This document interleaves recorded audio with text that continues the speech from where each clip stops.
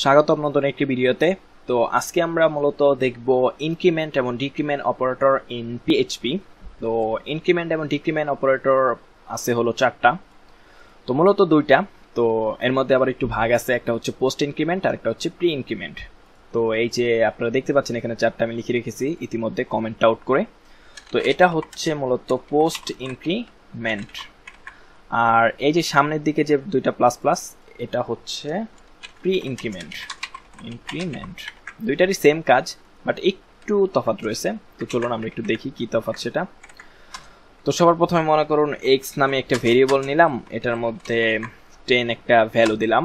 তারপর এখন যদি ইকো করি, এই তো এক্স কে ইকো করলাম প্রথমে।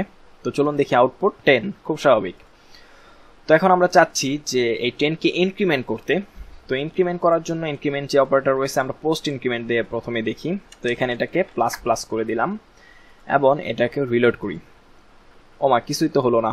এখানে কিন্তু আমরা বলেই দিলাম যে এটা একটা ইনক্রিমেন্ট অপারেটর। ইনক্রিমেন্ট মানে হচ্ছে এক করে বৃদ্ধি করবে, বাট এটা তো আমরা করলাম, তারপরে কিন্তু এখানে কোনো আউটপুটে চেঞ্জ আসলো না। তো এটার কারণ কি? এটার কারণ হচ্ছে আমরা এখানে যে অপারেটরটা ইউজ করছি সেটা হচ্ছে পোস্ট ইনক্রিমেন্ট। আর পোস্ট ইনক্রিমেন্ট যখন আমরা এটাকে অ্যাসাইন করি তখন আসলে মূলত এটা ইনক্রিমেন্ট হয়, বাট এটাকে হোল্ড করে রাখে, সাথে সাথে প্রিন্ট করে না। আমরা যদি এরপরে আবার ইকো করি এক্স কে, এখন কিন্তু আমরা ইনক্রিমেন্ট করি নেই এই ইকোতে।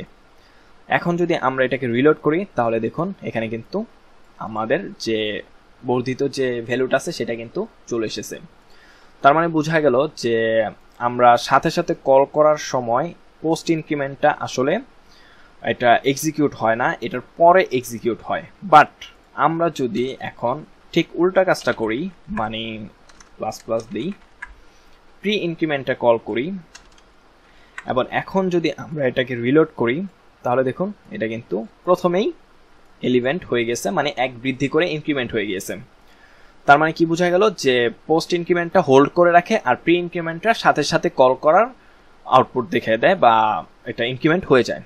তো সেম জিনিসটা আপনার এর ক্ষেত্রেও, এই যে ডিক্রিমেন্টের ক্ষেত্রেও ধরুন আমি এখন প্রথমে প্রিটা দেখি। তো এক্স মাইনাস মাইনাস, আচ্ছা প্রি মানে সামনের দিকে, প্রি ডিক্রিমেন্ট। তো এখন যদি এটাকে ইকো করি তাহলে কি হবে?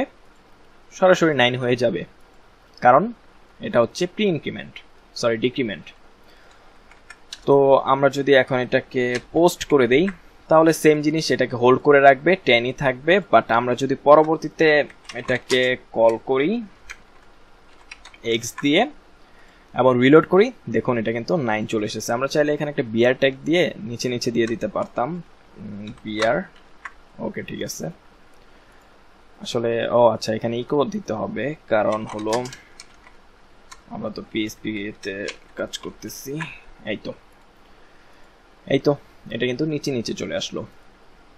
তো এগুলোই হলো মূলত ইনক্রিমেন্ট এবং ডিক্রিমেন্ট অপারেটর এবং পোস্ট এবং প্রির মধ্যে পার্থক্য। তো আশা করি বুঝতে পেরেছেন। ধন্যবাদ সকলকে পুরো ভিডিওটি দেখার জন্য।